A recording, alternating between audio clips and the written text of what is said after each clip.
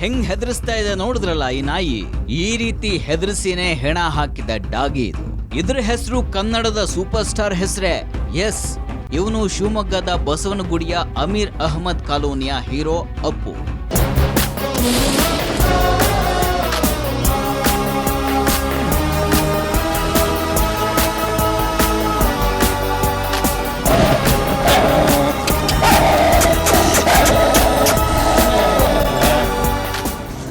ಪ್ರಾಣಿ ದಯಾ ಸಂಘದವರು ಇದನ್ನೇನಾದ್ರೂ ನೋಡಿದ್ದಿದ್ರೆ ಖುಷಿ ಪಡ್ತಾ ಇದ್ರು. ಯಾಕೆ ಅಂದ್ರೆ ಈ ನಾಯಿಗಿರೋ ಬೆಲೆ ಆ ಏರಿಯಾದಲ್ಲಿ ಮನುಷ್ಯರಿಗಿಲ್ಲ. ಮನೆ ಮಕ್ಕಳಿಗಿಂತ ಈ ನಾಯಿಯನ್ನ ಆ ಜನ ಹೆಚ್ಚು ಪ್ರೀತಿಸ್ತಾರೆ. ಅದೆಷ್ಟರ ಮಟ್ಟಿಗೆ ಅಂದ್ರೆ ಈ ಸಾಕು ಪ್ರಾಣಿಗೋಸ್ಕರ ಸಾಯೋದಕ್ಕೂ ರೆಡಿ ಇದ್ದಾರೆ ಅವ್ರ ಮನೆ ಜನ. ಇನ್ನು ಸಾಯಿಸೋದು ಯಾವ ಲೆಕ್ಕ ಹೇಳಿ?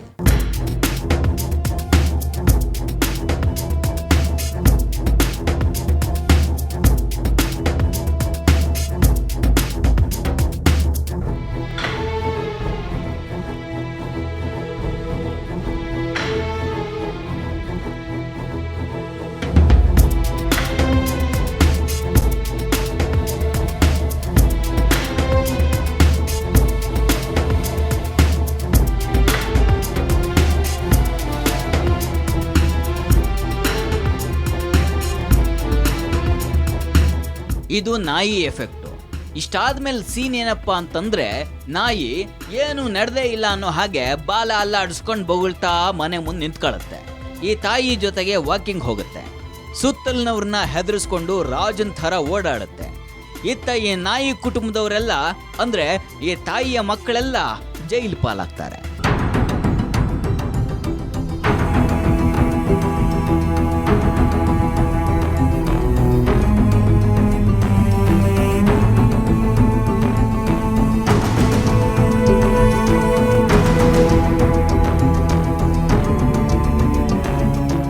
ಈ ಹುಡುಗರನ್ನ ಈ ನಾಯಿ ಬಿಡಿಸ್ಕೊಂಬರುತ್ತಾ?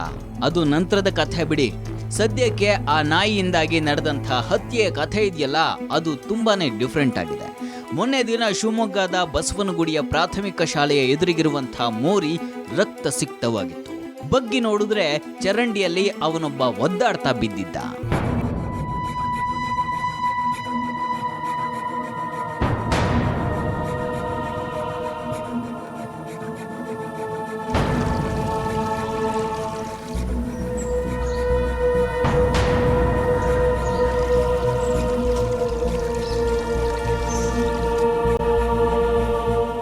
ಮೋರಿಯಲ್ಲಿ ಬಿದ್ದವನನ್ನ ನೋಡಿ ಜನ ಹತ್ತಿರದ ಜಯನಗರ ಪೊಲೀಸರಿಗೆ ವಿಷಯ ತಿಳಿಸಿದ್ರು. ಅವರು ಕೂಡಲೇ ಆತನನ್ನ ಮೇಲಕ್ಕೆತ್ತಿಸಿ ಮೆಗ್ಗಾನ್ ಆಸ್ಪತ್ರೆಗೆ ಸಾಗಿಸಿದ್ರು. ಅಲ್ಲಿ ಅವನನ್ನ ಬದುಕಿಸುವಂತಹ ಸರ್ವ ಪ್ರಯತ್ನಗಳು ನಡೆದವು. ಆದರೂ ಕೂಡ ಪ್ರಯೋಜನ ಆಗಲಿಲ್ಲ. ಅವನು ಸತ್ತು ಹೋದ. ಅಲ್ಲಿ ಹೆಣವಾಗಿ ಹೋದವನು ಜಗ್ಗ ಅಲಿಯಾಸ್ ಓಲೆ ಜಗ್ಗ.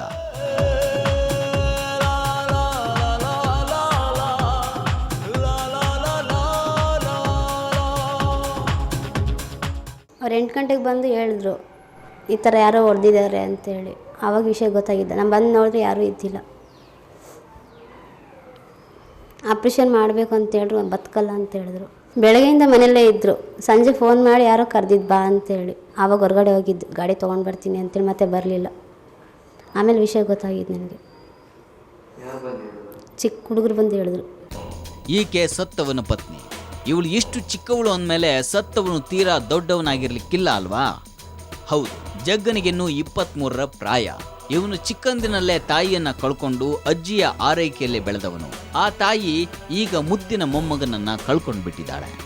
ಹೋಗಿದ್ದೆ ಸರ್, ನನ್ನ ಮಗ ಹೋಗಿದ್ದು ಮತ್ತೆ ಬರಲ್ಲ. ನಾನು 21 ವರ್ಷ ತುಂಬ ಕಷ್ಟಪಟ್ಟು ಸಾಕಿದ್ದೀನಿ ನನ್ನ ಮಗನಿಗೆ. ಅವನಿಲ್ಲದೆ ನಮ್ಗೆ ಇರೋಕ್ಕಾಗಲ್ಲ ಸರ್. ನಮಗೆ ಈಗ ಬರಲ್ಲ. ಅವನು ಓದೋರಂತೂ ಹೊರಗಡೆ ಬರ್ತಾರೆ, ಓಡಾಡ್ತಾರೆ. ನನ್ನ ಮಗ ಅಂತೂ ಬರಲ್ಲ ಅಂತ ಗೊತ್ತಾಯಿತು. ಇನ್ನೇನು ಮಾಡ್ಬೇಕು ಸರ್, ನನಗೆ ಗೊತ್ತಿರೋದಷ್ಟೇ. ತುಂಬ ಕಷ್ಟಪಟ್ಟು ಸಾಕಿದೆ ನಾನು. ಅವನಿಗೆ ಸಣ್ಣ ಮಗುವಿಂದ ನನ್ನ ಹತ್ರನೇ ಬೆಳೆದಿದ್ದು. ಅವ್ರ ತಾಯಿ ಸಾಯ್ಬೇಕಾದ್ರೆ ನನಗೆ ಮಾತು ಕೊಟ್ಟು ಸಾಯ್ತು ಸರ್ ಅವ್ರ ತಾಯಿ. ತಾಯಿ ಇಲ್ಲದ ಮಗ ಅಂತ ಸ್ವಲ್ಪ ಜಾಸ್ತಿನೇ ಪ್ರೀತಿ ಇಟ್ಟಿದ್ರು. ಅವನಿಗೆ ಬೇಕಾದ ಹಾಗೆ ಇರೋದಕ್ಕೆ ಬಿಟ್ಟಿದ್ರು. ಪರಿಣಾಮ ಈ ಹುಡುಗ ಟ್ಯಾಂಕ್ ಮೊಹಲ್ಲಾದ ರೌಡಿ ಶಫಿಯ ಜೊತೆ ಸೇರ್ಕೊಂಡು ಗಲಾಟೆ ಮಾಡಿ ಪುಡಿ ರೌಡಿ ಅಂತ ಅನ್ನಿಸ್ಕೊಂಡಿದ್ದ. ಆತನ ಮೇಲೆ ರೌಡಿ ಶೀಟರ್ ಕೂಡ ಓಪನ್ ಮಾಡಲಾಗಿತ್ತು. ಇಂಥ ಹುಡುಗ ಮೊನ್ನೆ ಸುಮ್ಮನೆ ಮೋರಿಯಲ್ಲಿ ಬಿದ್ದು ಪೆಟ್ ಮಾಡ್ಕೊಂಡು ಸತ್ತಿದ್ದಲ್ಲ, ಆತನನ್ನ ಹೊಡೆದು ಅಲ್ಲಿ ಹಾಕಿದ್ರು. ಶಿವಮೊಗ್ಗ ನಗರದ ಜಯನಗರ ಠಾಣಾ ವ್ಯಾಪ್ತಿಯಲ್ಲಿ ದಿನಾಂಕ 3ರ ರಾತ್ರಿ ನಮಗೊಂದು ಶ್ರೀದೇವಿ ಎಂಬ ಒಬ್ಬ ಮಹಿಳೆ ಜಯನಗರದ ಬಸವನಗುಡಿ ವಾಸಿಯಾಗಿರ್ತಕ್ಕಂಥ ಅವಳು ಒಂದು ಲಿಖಿತ ದೂರನ್ನು ಸಲ್ಲಿಸಿದ್ದಳು. ಆ ದೂರಿನಲ್ಲಿ ತನ್ನ ಗಂಡನಾಗಿರ್ತಕ್ಕಂಥ ಜಗದೀಶ್ ಅಲಿಯಾಸ್ ಓಲೆ ಜಗ್ಗ ಎಂಬಾತನನ್ನು ಕೆಲ ರೌಡಿಗಳು ಹಳೆಯ ವೈಷಮ್ಯದಿಂದಾಗಿ ಅವರನ್ನು ಮಾರಣಾಂತಿಕ ಹಲ್ಲೆ ಮಾಡಿದ್ದರು. ರಾತ್ರಿ ಸುಮಾರು 12:30 ಸುಮಾರಿಗೆ ಆತ ಮೃತಪಟ್ಟಿದ್ದ. ಇದರ ಆಧಾರದ ಮೇಲೆ ಪ್ರಕರಣವನ್ನು ದಾಖಲಿಸಿರುತ್ತದೆ. ಎಷ್ಟಂದ್ರೂ ರೌಡಿ ಶೀಟರ್ ಅಲ್ವಾ, ಹಳೆ ವೈಷಮ್ಯ ಅಂತಾನೆ ಅನ್ಸಿತ್ತು. ಜೊತೆಗೆ ಶಿವಮೊಗ್ಗದಲ್ಲಿ ಕಳೆದ ವರ್ಷ ಮೇ ತಿಂಗಳಲ್ಲಿ ಕೂಡ ಇದೇ ರೀತಿ ಒಂದು ಹೆಣ ಬಿದ್ದಿತ್ತು. ತುಳಸಿರಾಮನ ಹತ್ಯೆಯ ಆರೋಪಿ ಮೋಟು ಅಲಿಯಾಸ್ ವೆಂಕಟೇಶ ಕೊಲೆಯಾಗಿ ಹೋಗಿದ್ದ. ಈಗ ಅದೇ ರೀತಿ ಮತ್ತೆ ರೌಡಿ ಗ್ಯಾಂಗ್ ಚಿಗುರ್ಕೊಂತು ಅಂತ ಜನ ಮಾತಾಡ್ತಾ ಇದ್ರು. ಆದ್ರೆ ಈ ಕೇಸಲ್ಲಿ ಕ್ರಮೇಣ ಗೊತ್ತಾಗಿದ್ದು ಕೊಲೆಗೆ ಅಂಥ ದೊಡ್ಡ ದ್ವೇಷ ಏನಿರಲಿಲ್ಲ, ಜೊತೆಗೆ ಕೆಲಸ ಮಾಡ್ಕೊಂಡಿದ್ದಂಥ ಸ್ನೇಹಿತರೇ ಈ ಕೆಲಸ ಇರೋದು ಅನ್ನೋದು. ಸ್ನೇಹಿತರಾಗಿದ್ರು ಅವರು. ನಮ್ಮ ಜಗದೀಶ ಸುನೀಲ್ ಎಲ್ಲ ಒಂದೇ ಕಡೆ ಕೆಲ್ಸಕ್ಕೆ ಹೋಗ್ತಾ ಇದ್ರು. ನಮ್ಮ ದೊಡ್ಡ ಮಗನ ಜೊತೆಲೂ ಕೆಲಸ ಮಾಡ್ತಾ ಇದ್ರು. ಇಲ್ಲಿ ತನಕ ಸ್ನೇಹಿತರಾಗಿದ್ದು ಅವರು ಫೋನ್ ಮಾಡಿ ಕರ್ಸ್ಕೊಂಡು ಈ ರೀತಿ ನನ್ನ ಮಗನಿಗೆ ಮಾಡಿದ್ದಾರೆ ಸರ್ ಅವತ್ತು ರಾತ್ರಿ. ಅವರೆಲ್ಲ ಸ್ನೇಹಿತರೆ, ಆದರೆ ಇತ್ತೀಚೆಗೆ ಶತ್ರುಗಳಂತಾಗ್ಬಿಟ್ಟಿದ್ರು. ಆದರೂ ತೀರಾ ಕೊಲೆ ಮಾಡೋ ಮಟ್ಟಕ್ಕೆ ಯಾವ ವೈಷಮ್ಯವೂ ಇರಲಿಲ್ಲ. ಆದರೆ ನಡುವೆ ಬಂದಂಥ ಈ ನಾಯಿ ಅಪ್ಪು ಅದೊಂದು ತಪ್ಪು ಕೆಲಸ ಮಾಡಿಸ್ಬಿಡ್ತು. ಈ ಘಟನೆ ಕಾರಣ ನನಗೆ ನಾಯಿ ಗಲಾಟೆ ಅಂತ ಗೊತ್ತಾಯ್ತು ಸರ್. ಘಟನೆ ಮುಗಿದ ಮೇಲೆ ಗೊತ್ತಾಯ್ತು ನಾಯಿ ಗಲಾಟೆ ಅಂತ. ಮಧ್ಯದಲ್ಲಿ ಏನಾಯ್ತು ಅಂತ ನನಗೆ ಗೊತ್ತಿಲ್ಲ. ನಾಯಿ ಗಲಾಟೆ ಅಂತ ಏನೋ ರೋಡಲ್ಲಿ ಏನೋ ನಾಯಿಗೆ ಯಾರೋ ಹೊಡೆದ್ರು ಅಂತ ಹೇಳ್ಬಿಟ್ಟು ಯಾರ್ಯಾರು ಗಲಾಟೆ ಮಾಡ್ಕೊಡು ಅಂತ ಗೊತ್ತಿಲ್ಲ. ಒಟ್ಟಲ್ಲಿ ಜಗದೀಶನ್ ಕರ್ಕೊಂಡೋಗಿ ಈ ಥರ ಮಾಡಿದ್ದಾರೆ. ಫ್ರೆಂಡ್ ಇದ್ರು ನಾಯಿಗೆ ಹೊಡಿಯೋಕೆ ಇದಿರತ್ತ ಸರ್, ಹೇಳ್ರಿ. ಮತ್ತೆ ಬೇರೆ ಗಲಾಟೆ ಎಂಥದಿಲ್ಲ ಇದ್ರೊಳಗೆ. ಹಾಗಾದ್ರೆ ಬರೀ ನಾಯಿಗೆ ಹೊಡೆದಿದ್ದಕ್ಕೆ ಜೀವ ತೆಗೆದ್ರ ಅಂತ ತಾಯಿಯನ್ನ ಕೇಳಿದ್ರೆ ಬರೀ ನಾಯಿ ಅಂತೀರಾ, ನಮ್ ಜೀವ ಸಾರದು ಅನ್ನೋ ಥರ ಮಾತಾಡಿದ್ಲು ಆ ತಾಯಿ. ನಾಯಿಗೆ ಹಿಡ್ಕೊಂಡು ಕರ್ಕೊಂಡು ಹೋಗಿದ್ನಂತೆ. ನಾಯಿ ಕರ್ಕೊಂಡು ಹೋಗ್ಬೇಕಾದ್ರೆ ಅಲ್ಲಿ ನಿಂತ್ಕೊಂಡು ಒಂದು 4 ಜನ ಮಾತಾಡ್ತಿದ್ರಂತೆ ಕುತ್ಕೊಂಡು. ಅಲ್ಲಿ ನಾಯಿಗೆ ಹಿಡ್ಕೊಂಡಿದ್ನಂತೆ. ಗಾಡಿಯಲ್ಲಿ ಹೋಗೋಣ ಬಂದು ಜಾಡ್ಸಿ ಹೋದ್ನಂತೆ. ನಾಯಿ ಹಂಗೆ ಕೆಳಗಡೆ ಬಿದ್ದುಬಿಟ್ಟೈತೆ. ಅದಕ್ಕೇನು ಬಾಯಿ ಐತೆ ಸರ್, ಅದಕ್ಕೆ ಹೊಟ್ಟೆ ಉರಿದ್ಬಿಟ್ಟೈತೆ ಇವನಿಗೆ. ಏನಕ್ಕೆ ನೀನು ಹಂಗೆ ಮಾಡಿದೆ ಅಂತ ಬೈದಿದ್ದಾನು. ಆಮೇಲೆ ನೋಡಿದ್ರೆ ಜನ ಜೇನ್ ಅಂತ ಬರ್ತಿದ್ದಾರು. ಎಲ್ಲ ಹುಡುಗರು ಸೇರ್ಕೊಂಡು ಲಾಂಗಲ್ಲಿ ದೊಡ್ಡ ಲಾಂಗ್ ತಗೊಂಬಂದ್ರೆ ಯಾರು ಸರ್ ಸುಮ್ಮನೆ ಇರ್ತಾರೆ ಸರ್? ಇರೋದು ಒಂದು ಹುಡುಗ 2 ಹುಡುಗರು ಇಲ್ಲಿ. ನಾವು ಊರಿಗೆ ಹೋಗಿದ್ವಿ, ನಾವು ಗಂಡ ಹೆಂಡ್ತಿ. ಹಂಗೆ ತಗೊಂಬಂದು ಹೊಡೆದಿರ್ಬೇಕಾರೆ ಕಾಲ್ವೇನು ಹುಡುಗರಲ್ಲ ಅಂದ್ರಂತೆ.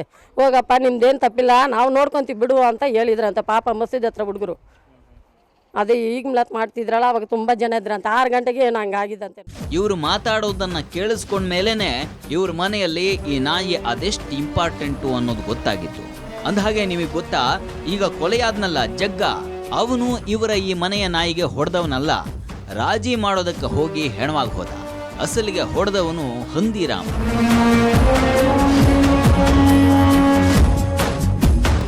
ಅವತ್ತೊಂದು ದಿನ ಈ ಹಂದಿರಾಮ ತನ್ನ ಗೆಳೆಯನೊಬ್ಬನ ಜೊತೆಗೆ ಹೋಗಿ ಚೆನ್ನಾಗಿ ಎಣ್ಣೆ ಪಾರ್ಟಿ ಮಾಡಿ ಮನೆಗೆ ಹೋಗ್ತಾ ಇದ್ನಂತೆ. ಅದೇ ಟೈಮ್ನಲ್ಲಿ ಈ ನಾಯಿಯನ್ನ ಆ ಮನೆಯ ಕಿರಣ ಅನ್ನೋ ಹುಡುಗ ವಾಕಿಂಗ್ ಕರ್ಕೊಂಡ್ ಬಂದಿದ್ನಂತೆ.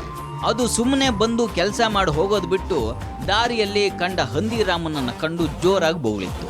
ಕುಡಿದ ನಶೆಯಲ್ಲಿ ನಾಯಿ ಬೊಗಳಿದ್ದಕ್ಕೆ ಜಗಳ ತೆಗೆದಂಥ ರಾಮ ಆ ಹುಡುಗ ಕಿರಣನ ಜೊತೆ ಸಣ್ಣ ಗಲಾಟೆ ಮಾಡ್ಕೊಂಡಿದ್ದ. ಅಷ್ಟೇ ಆಗಿದ್ರೆ ನಾಯಿ ಗಲಾಟೆ ಮುಗಿತಾ ಇತ್ತೇನು. ಆದರೆ ಅವನು ಬೊಗಳೋ ನಾಯಿ ವಿಷಯಕ್ಕೆ ಬಾಯಲ್ಲಿ ಮಾತಾಡಿ ಮುಗಿಸ್ದೆ ಕಾಲೆತ್ತಿ ಒದ್ದಿದ್ದ. ಆತ ಒದ್ದ ಪೆಟ್ಟಿಗೆ ಅದು ಮೋರಿಯಲ್ಲಿ ಬಿದ್ದಿತ್ತು.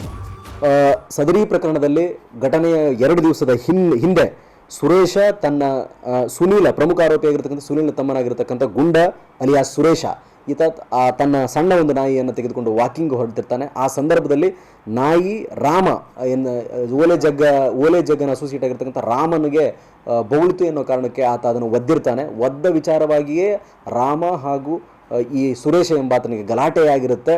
ನಾಯನ್ನ ಮೋರಿಗೆ ತಳ್ಳಿದ್ದರ ಬಗ್ಗೆ ಕಿರಣ ಮನೆಯಲ್ಲಿ ಹೇಳಿದ್ದು ಆತನ ಅಣ್ಣಂದ್ರು ಸಿಟ್ಟಿಗೆದ್ದು ಬಿಟ್ರು. ಮೊದಲೇ ರೌಡಿ ಗ್ಯಾಂಗ್ಗಳ ಜೊತೆ ಸೇರಿ ಹಂದಿರಾಮ ಆ ಏರಿಯಾದಲ್ಲಿ ಚಿಗಿದುಕೊಳ್ತಾ ಇದ್ದ. ಹಲವರ ಹತ್ರ ಹೀಗೆ ಸಣ್ಣ ಪುಟ್ಟ ಗಲಾಟೆ ಮಾಡ್ಕೊಂಡಿದ್ದ. ಯಾವಾಗ ಈ ನಾಯಿಗೆ ಒದ್ನೋ ಅವರೆಲ್ಲ ಒಂದಾಗಿ ಈ ಹಂದಿರಾಮನಿಗೊಂದು ಗತಿ ಕಾಣಿಸ್ಬೇಕು, ಅವನು ಹೇಗೆ ನಾಯಿಯನ್ನ ಮೋರಿಗೆ ತಳ್ಳಿದ್ನೋ ಹಾಗೆ ಅವನನ್ನು ತಳ್ಳಬೇಕು ಅಂತ ಅಂದ್ಕೊಂಡ್ಬಿಟ್ರು. ಅಷ್ಟಾದ ಮೇಲೆ ಆತನಿಗೆ ಹೊಡೆಯೋದಕ್ಕೆ ರೆಡಿಯಾಗಿ ರಾಜಿ ಪಂಚಾಯಿತಿ ಮಾಡ್ಕೊಳ್ಳೋಣ ಬಾ ಅಂತ ಹಂದಿರಾಮನನ್ನು ಕರೀತಾರೆ. ಆದರೆ ಆತ ಸ್ವತಃ ಹೋಗದೆ ಈ ಬಗ್ಗೆ ಜಗ್ಗನಿಗೆ ಹೇಳ್ತಾನೆ. ಎಷ್ಟಂದ್ರೂ ನಾಯಿ ಮನೆಯವರು ಜಗ್ಗನ ಗೆಳೆಯರೇ ಅಲ್ವಾ, ಹಂಗಾಗಿ ಆತ ತಾನೇ ಮಾತಾಡ್ಕೊಂಡು ಬರ್ತೀನಿ ಅಂತ ಹೋಗ್ತಾನೆ. ಹೋದವನು ಅವ್ರ ಕೋಪಕ್ಕೆ ಇವನೇ ಬಲಿಯಾಗ್ತಾನೆ. ಒದೆ ತಿಂದು ನಾಯಿಯನ್ನ ದೂಡಿದ ಸ್ಥಳದಲ್ಲೇ ಇವನನ್ನ ಎಸೆದು ಹೋಗಿದ್ದ ರೀತಿ ಭಯಾನಕವಾಗಿತ್ತು.